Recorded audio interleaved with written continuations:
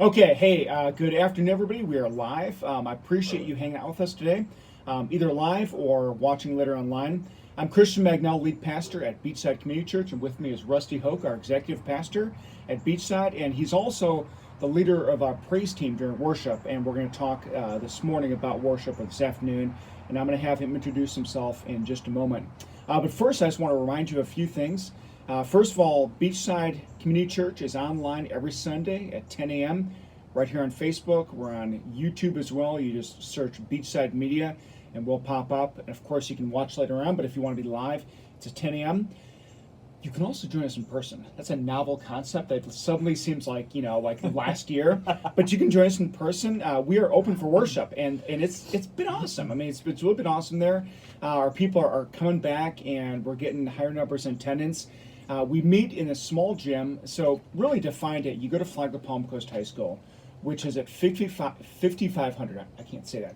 5500 State Route 100. So we're just a little bit east of the Target complex, and you park right in front, and you go in the main entrance. It says Florida's proudest campus over the doors. You go in through there, and the gym is just through the lobby and to the left. But we have people at the door. They'll greet you. They'll show you where to go. That sort of thing. It's so that's the small gym at FPC, but it's not small. There's plenty of. It's an actual. That's gym. actually okay. Yeah. So yes, it's called the small gym, and I just realized it's not small. We could probably fit, I don't know, thousands of people in there if they had the bleachers down.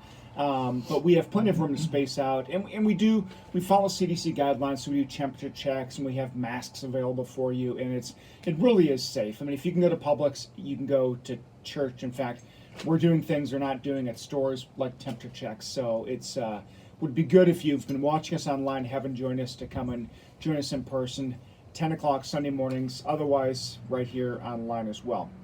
Okay, so we would love to connect with you. As for today, we're going to have a great conversation about worship. And this seems extra important these days, given everything that's happened over the last 6 months, to be in person, to be in worship, to be really expressing a love for God, but also hearing in the music, in the prayers, in the preaching of the word, God's love for you as well. And we shut down for about 2 months. Yeah, I was still deployed to Germany, so that whole time is kind of fuzzy for me. But we were shut down March and April, or no, April, May, more. Mid March, right? So end of March, April, May, and then half of June. So. Yeah, and so we resumed worship really about 3 months ago now. It seems like it's been like 6 years, but we resumed worship, and so now to really pause and think about worship and to think about gathering together and the necessity of it is really an important conversation. So with all of that in mind, as I mentioned, I'm speaking today with Pastor Russty Hoke. He is executive pastor at Beachside, and among his duties, as I mentioned, when I say among his duties, he's got a lot on his plate, and one of those things is being the leader of the praise band at Beachside. And so it's good to have you here, and it's good to have this conversation. So I want to begin by just tell us a little bit about you. Who you are, where you're from, growing up, your life story in like 30 words or less, who you're married to, and all that fun stuff, and how you came to be, a pastor at Beachside, or maybe not the whole story, but give us highlights. Well, I think to do the 30 words or less thing is easiest, I guess, if we follow the music. Okay. Okay, so third grade, I start the trumpet. Okay. Dad started teaching me the trumpet in third grade. We're living in Samoset, which is a section of Bradenton, Florida. Okay. So Bradenton, Sarasota, we live down there. Jump forward to junior high school. We're in Jacksonville, Florida now. And by the way, his dad's a pastor. Yes. You may have mentioned that, but I'm listening to music. Yeah, that's fine. And then, so I start piano lessons, right? Riding bicycle 6 miles uphill both ways. Just, Gotcha. Basic piano lessons. And then, so I was always around music. And so Dad being a pastor, I'm always involved in church music, with seasonally in choir and stuff. It wasn't really until senior year of high school I got into the high school choir. Okay. And real quick, by the way, I'm going to call time out. So you're going to see movement behind us and on the side of us. The Magnell household right now, where we're at, is in complete chaos because we're getting floors done. Really nice new floors. But it is like really and the guys know like we're recording. So just ignore them as you walk by, and you may hear nailing and other noises. You may hear dogs barking, but we don't care. So hopefully you don't either. So okay. So we're in High Jacksonville. school? We're in Jacksonville. Okay. High school choir. That leads into a full scholarship to the junior college there in Jacksonville. Okay. Which was interesting and kind of weird for me because growing up, I was always going into the ministry. Okay. I was going to be a pastor, and then I decided, no, I'll do other stuff, but didn't want to be the senior pastor because I saw, we went through a church split, and that got ugly. And so I'm at junior college on a music scholarship.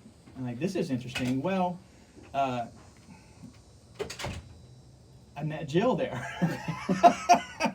Gee, interesting. So you guys met in junior college in Jacksonville. Yes. I don't think I actually knew that part. 'Cause I know where you eventually went to school, which I know you're going to get to. But okay, so you guys met. Yeah. So I met JC. my wife there, and even then, I ended up at her church there in Jacksonville. We ended up doing a preschool choir with the little kids. So again, I was always working with music. It was always just there. Preschool choir seems like complete chaos. It's just like. But it was fun. Mm-hmm. So we left junior college there, went to Toccoa Falls College, which is northeast Georgia. They're at Toccoa Falls. It is about a half hour west of Clemson. Okay. So right there in the tri-state area, North Carolina, South Carolina. Clemson, yeah. Like the Clemson. Yeah. Okay. And about an hour and a half maybe, who knows what it is now with speed limits, but north of Georgia, Bulldogs, of Athens. Okay. So you were right. So it's right in there. Right in it. That's where Toccoa Falls is. And interestingly enough, I went for a Christian education major.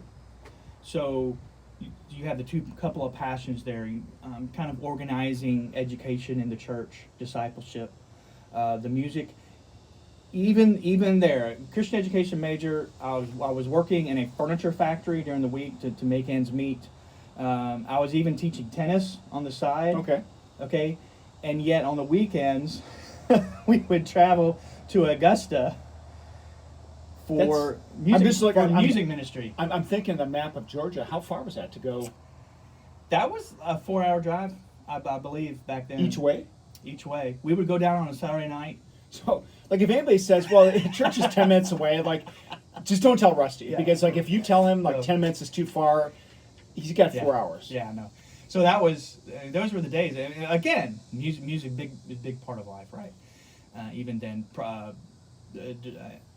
directing choirs, leading music ministry. I really wasn't playing the guitar then, that was mid to late 90s. So the worship wars, when you started playing guitar, were really high going. I actually started playing guitar as a senior in high school. Okay. But I wasn't leading worship with it. We were in smaller churches, and we were still we were singing hymns out of the hymn book. Okay. It was a great era, great times, good times. And Jill was playing the piano, and it got me a lot of jobs. Jill got me a lot. We'll hire him as long as she comes with.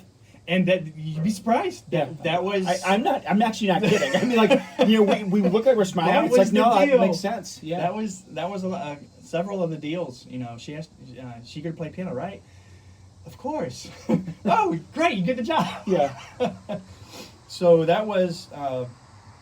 And by the way, for those that don't go to Beachside, Jill plays the keyboard in our praise band. Like it's so like here we are, like a couple years after this happened, and she's still playing. So those were the college years. Finally, pushed 4 years of degrees into 8 years. Okay. And but we were paid off. That was a huge moment in life right then. We were debt free coming out of there, and we had taken school loans, and we had God provided the job and the work and the work schedule to pay those off, and got my first full-time position in Jacksonville, Florida. Came back to Jacksonville, and it was a music ministry youth pastor position. Okay. But interestingly enough, there was already kind of a youth pastor there. Okay. and he kind of did most of it. Okay. So again, I'm thinking about this, like I was hired for a youth pastor position, but there was already a youth pastor Yeah. there, so okay. Politics of church, right? Yeah. So interesting. So again, in music ministry, end up at a church just south of here in 2000. I'm leaving a lot of this out, trying to get to Beachside here quickly.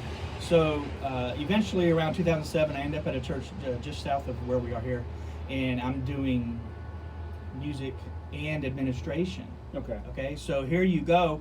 All of the work that I did at the furniture factory, which was in the office, administrative work. Yeah. So everything's coming together. Administration work, experience that I had with the music ministry, directing choirs, praise and playing guitar and leading praise and worship by then, and VBS director. You know, all of the passions that I was like culminated right there in that position in that church. Those are fun years, and then left there and met you. Yeah. 2013, summer of 2013. And in 2015, we planted Beachside, and it's been quite a ride. I mean, went from we were on paper part-time, even though we were always full-time. Yeah. But we've gotten to the point now where, we're full-time at Beachside as pastors. We've got some other people in different positions, youth and small groups and admin. Now I was thinking about this the other day. That was 2013, so that's going on 7.5 years that I've been working with the same pastor. I feel so bad for you.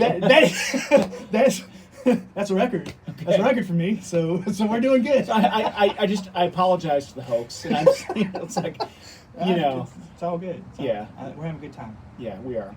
So now you're leading worship at Beachside, and so what I want to do is, now that we know just a little bit about the history, and I know you give us a short version because we could talk more and more about your different experiences. Sure.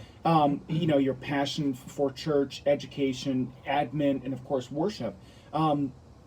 Just give us your definition of worship. I mean, we've had this kind of fun conversation because in the world I come from, the Lutheran world, I mean, the whole thing is a worship service. And in sort of the Baptist world, and I'm painting with a broad brush, a lot of times they refer to worship as like the music part and then the sermon. So you've got worship and then sermon. And we've kind of had this back and forth, like, hey, worship really is the whole thing. I think we do agree on that.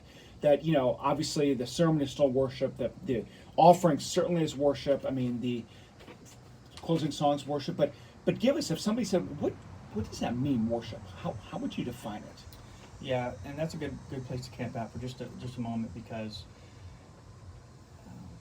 it's interesting enough, as long as I've been leading worship, I don't really get that question a whole lot. Mm-hmm. I think part of that is because people know, or we think they know, right? We think they know. As human beings, we're created to worship something. Yeah. It's from within us. Isaiah talks about that. I think in chapter 43, I think it is. God says, I made you to declare my praise. Let's start with what it's not, okay? Because like you just said, and I will continue to use the word worship for the music program. Okay. It is what it is. But another. I understand the whole service is worship. Phrases. But he's using familiar terminology for him. Okay. What is worship? It is not music. Yeah. Worship is not music. Music is what we use to express what's coming from within us, right?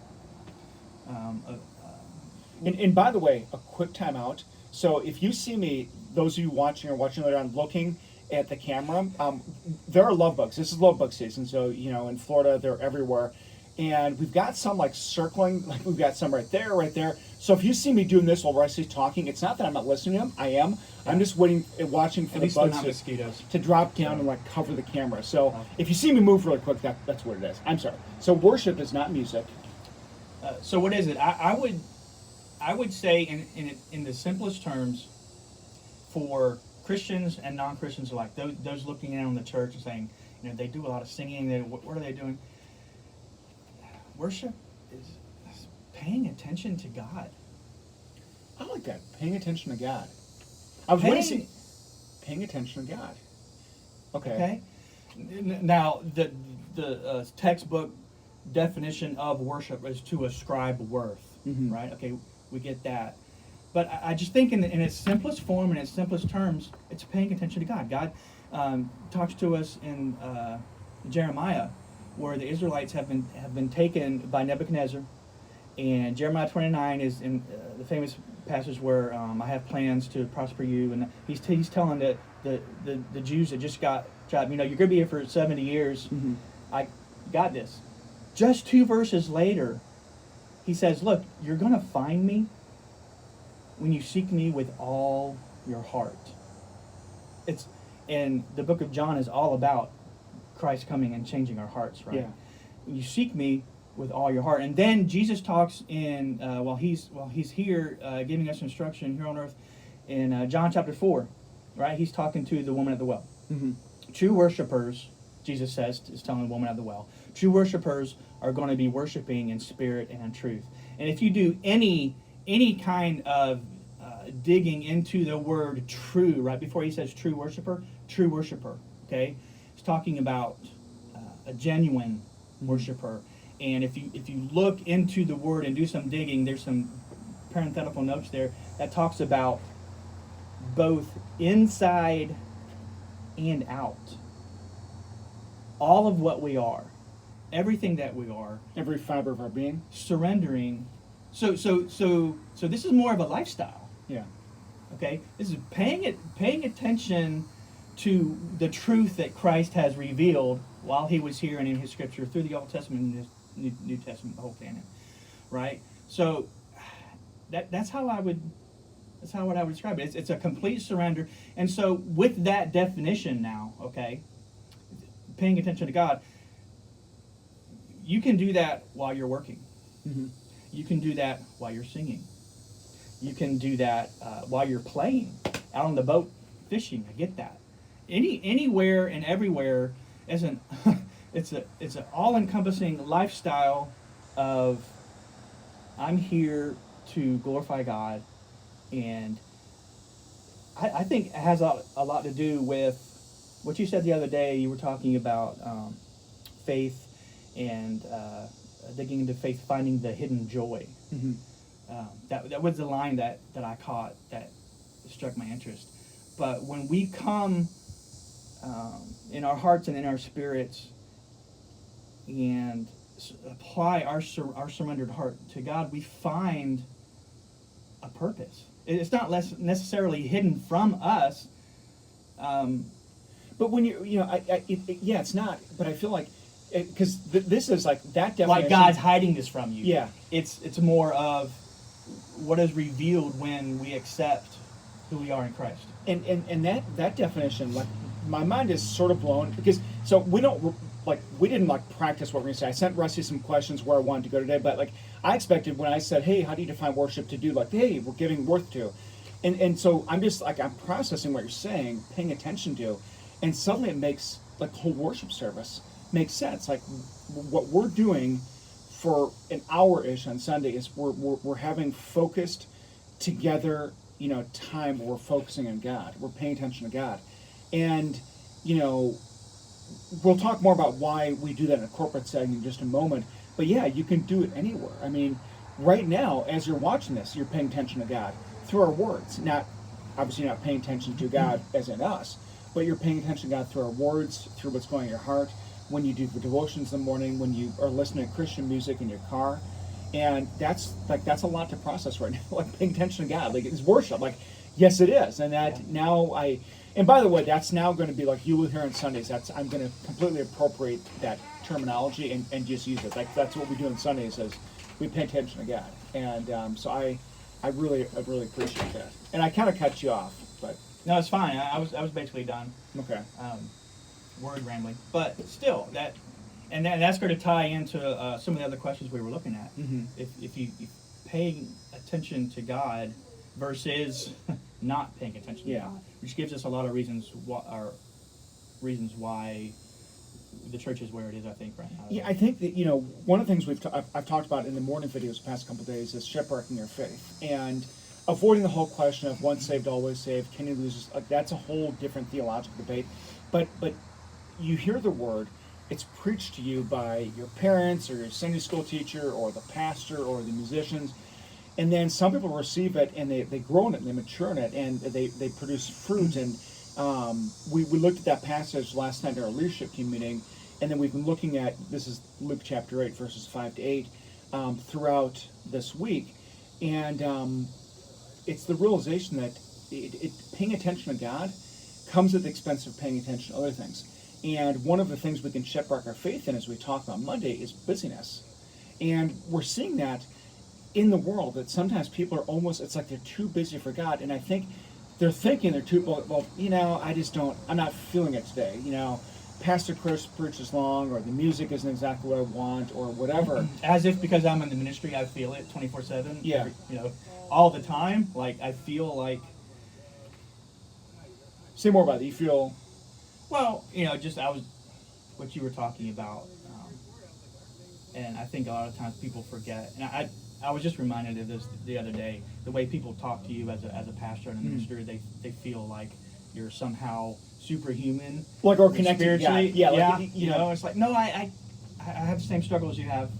We're just regular people who are doing a certain ministry. Yeah. We are. We have to choose the same way everybody else does every day. Yep. We're to follow God today. Absolutely. We've talked a little bit about corporate worship. Maybe, we've kind of already talked about this, but maybe just talk about how it is different. Because certainly you can worship in your car, you can worship on the beach. But what is different about corporate worship? I mean, why do corporate worship, and why come to church, and why worship with the group? Like, how is that different than just, if I can worship just by myself in my car, shouldn't I just do that? Well, if I could remind people today of just one thing, and that is, this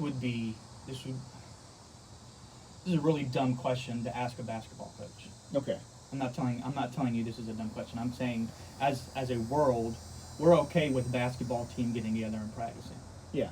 We're any sport. Yeah. Basically anything anywhere else that people do as a group, they have to practice and get it right. Right? There's a team effort there. There's a camaraderie, because you're not going to get better on your own. It's going to be marginal if you do. I mean, yes, you can play, because I see where you can play basketball by yourself, but if you don't play as a team, right? Yeah. I mean, how many times have we seen the basketball, the NBA, the basketball team with, the premier star lose because the star tried to do it by themselves. Right. We get that. We got that. But for some reason, we come to church, we realize that we need God in our lives. We realize we need to surrender to Him as Christ, and then we want to be just done. We're done. I'm done. I don't need anybody else. Yeah. Like, no, you can't do it by yourself. Yeah. Right. There's a camaraderie we get. You look around, even people that are not singing vocally, they can see what's going on. It's like, that person has the same faith I do. That person has the same faith that I do. It's like, we're doing this together, and it's the camaraderie. It's the support. It's the encouragement, right? If I could express, one thing today that people could grab on, we need to encourage others. Yeah, and this is all, it's making sense, because, I have my beliefs and opinions on why we need to be in worship. But what's helpful about this is I'm just connecting, pay attention to. I mean, I really like that.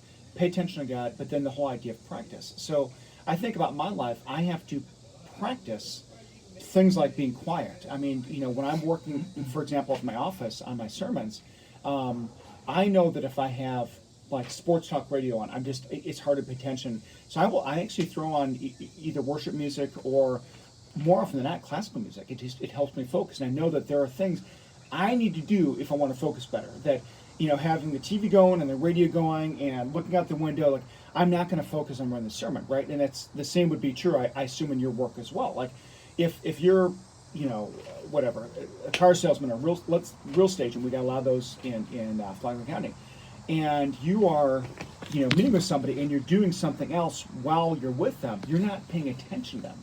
And so you need to give them your attention, your focus. And what we do corporately on Sunday is really training us to focus not just at that point, but really the rest of the week as well, that your life should be one, and there goes the love bugs right there, your life should be one of a focus on God, and that Sunday morning is part of the package of practicing and doing it as a community, but also growing as an individual. That just doesn't happen individually or by yourself. Right. I wrote this down, and I don't know, Russty doesn't talk about this too much, but to segue, you write music. And a lot of people beachside don't know this. I'm kind of, exposing the truth. Some of the music we sing is actually stuff you've written. I don't even know, because he doesn't say, like when we're in worship, he doesn't say, hey, I wrote this back in 2012 or whatever. He'll just mention like, oh yeah, that song I've been saying, I wrote that. Kind of talk about that, and this isn't really the focus of today, but how did that start? I mean, give us like and on this one, give us a 30-second version, because I know that if we talk about writing music, I could get you going for like days. But give us a short version. It is a very, very, very, very small percentage. I mean, okay. One or two songs. I'm a Chris Tomlin fan. I'm a Hillsong fan, and it started as a senior in high school, and it's really two things here. I started writing, and then I realized that because my dad played the guitar. Okay. So before I even picked up the guitar, I was doing piano lessons and working on the piano, and I wasn't that great at the piano.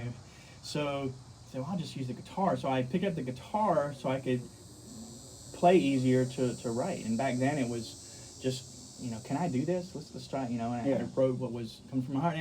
And interestingly enough, because I spent a lot of time in discipleship in the Christian world, and sooner or later someone's going to either bring it up, or they may even go so far as to preach at you that you need to journal. You need to journal. You should journal.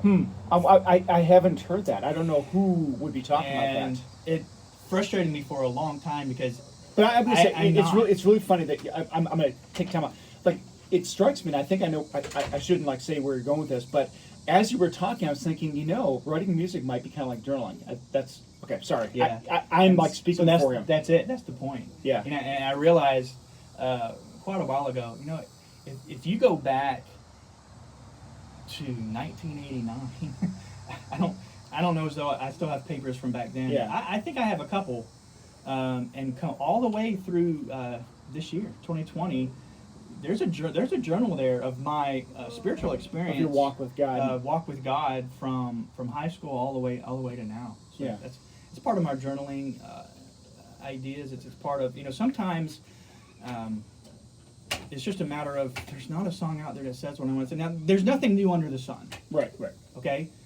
It feels like it sometimes, though. It's a new melody, words masked with a new melody that fits, that works. Like, oh, that's new. It's like, so sometimes there's nothing out there that says what I want to say that fits who we are as Beachside. It fits our style. And it's like, well, I could do it this way. It's like, oh, that's a nice hook. Let's work on that.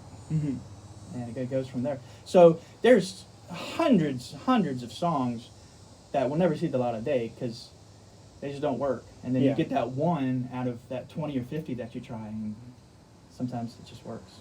That's awesome. I am envious, all joking aside, because I'm not a musical person, and I wish I was. I mean, I would love to go pick up a guitar and play, and the whole practice makes perfect. This is not true. There's just some of us that, no, I mean seriously, you just are not. Marianne my wife is musical like that too, where she'll like pick up a guitar, like, oh, I'm gonna teach myself the bass, or I'm like, I took piano lessons, I took violin lessons. Like if you can imagine me like third grade, like playing the violin, I wasn't good. I played the trombone for a season. And so I really do appreciate the gifts you guys bring, because folks like me don't. And it makes a huge difference for us in worship when we have people that are passionate about it and can sing and can bring out that heart in a way that the rest of us can't. Now, we talked a little bit about, when we define worship, we talked about how, paying attention to God's worship. And so I'm putting two together and say, okay, the goal of worship then is to lead our people in paying attention to God. I mean, the goal of the music, the goal of the sermon. I mean, when I preach, when I pray for transparency, it really is like I'm flattered when somebody says, oh, that was a good sermon, or that was a funny anecdote or whatever. But if that's what you're getting from it, you're not, like, I have failed. I think likewise, if somebody says, well, Russty played the guitar really well, I know, at least as a lead pastor, my goal for worship is for them, you guys to be transparent. The goal is for them to pay attention to God and for us to facilitate that through music, through preaching, things like that. And what we see is there are people whose lives have been changed. We talked about that a little bit at lead team yesterday. And I see people at Beachside who began kind of tentatively, and then they started to come more, and then they really grew into a relationship with Christ. And now they're active and vibrant in their faith.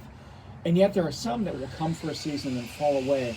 So, and by the way, I hope you can still, we are doing construction, so you hear that saw out there. But I do think we're probably louder than it. Let's hope so. Yeah, we'll find out. But what are some stumbling blocks? This is kind of our closing thing. What are some stumbling blocks that you've seen in your 20 years of ministry? And I think this goes back to and we didn't talk about this a whole lot, but is what I expect to see in a worship service. What's the purpose of doing the worship service? And I think the word there is refocus. Okay, right? refocus. I'm hoping through the help of God that people can come in and refocus. Why? Because I'm just busy. Yeah. We're busy after that quality of life that we expect to gain and then maintain, right? Mm-hmm. So is that your priority? Yeah. Is it okay? Is the priority to have the stuff and then you fit God in somewhere? Yeah. Toys are fun. They're awesome. Yeah. We all need a house. We all get that. I'm not saying anything about going after something that you want. What I am saying though is that priorities need to be straight and God needs to be on top. Yeah. And I think where we stumble is too much busyness. Mm-hmm. And there was one other thing I wanted to get in here. I'm trying to remember what it was. Oh, because we are talking about music, right? I think another stumbling block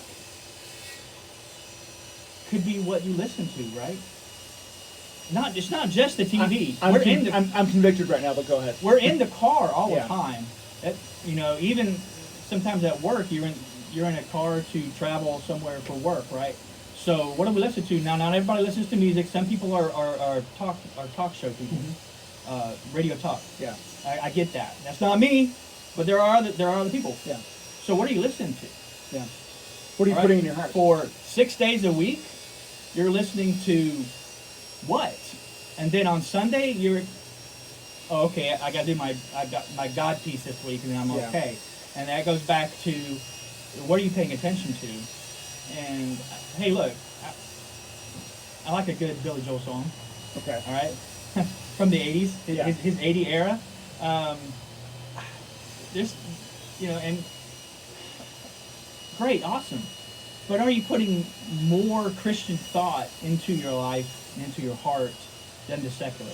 Because there's a difference. Yeah. Okay, they tried to make it, at the turn of the century, they were trying to make it no difference. Truth is truth. God's truth is truth. Yeah. So there's no difference between what music, what you listen to, because if there's truth, I beg to differ. There is a difference. If you listen to your secular radio for long at all, and then turn on the Christian music, there's going to be joy there. Mm-hmm. There's going to be a joy there. There's going to be a hope there that feeds your spirit, who wants to be in tune with God. And if we're not doing that, then that's going to be a stumbling block. Yeah. Yeah. So, we're the products. I mean, we talk about we are what we eat, right? Yeah. And, spiritually, it's no different that you are, the product of what you're putting into you, And, I don't think, either of us would teach you can never listen to secular music. I would be lying if I said I never listen to secular music.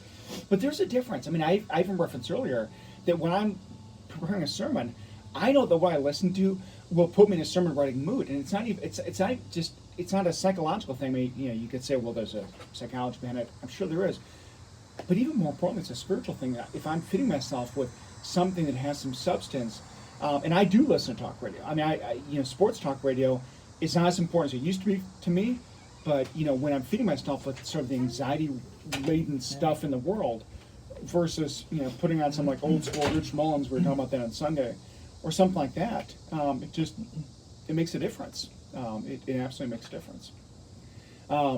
Well, I've appreciated you being here, and I'm going to take advantage. I think that Saul's about to start again, and we're going to do lunch, so we're hungry. But this has been a great conversation. You've given me a lot to think about. Think about worship being paying attention like that. That really that simplifies things for me. Worship is paying attention, and the goal of worship then, from your perspective, and I'm paraphrasing, but it's really to refocus. I think you use the word refocus. Yeah, I guess I'm not paraphrasing at that point, but our goal for you at Beachside is to refocus you. We've only got an hour on Sundays-ish. Now, we've got these videos, and there are other ways to reach out and touch you. But really, that goal is for at least that hour to refocus you and to get you to pay attention to God through music, through prayer, through the Word, through communion. I mean, we haven't even started about communion, but the bread and the wine, the bread and the grape juice, they're signs pointing to God. And so, you've given me a lot to think about. I hope that you guys have appreciated this. And I'm going to talk loud now since we're about to sign off and we got the song going again.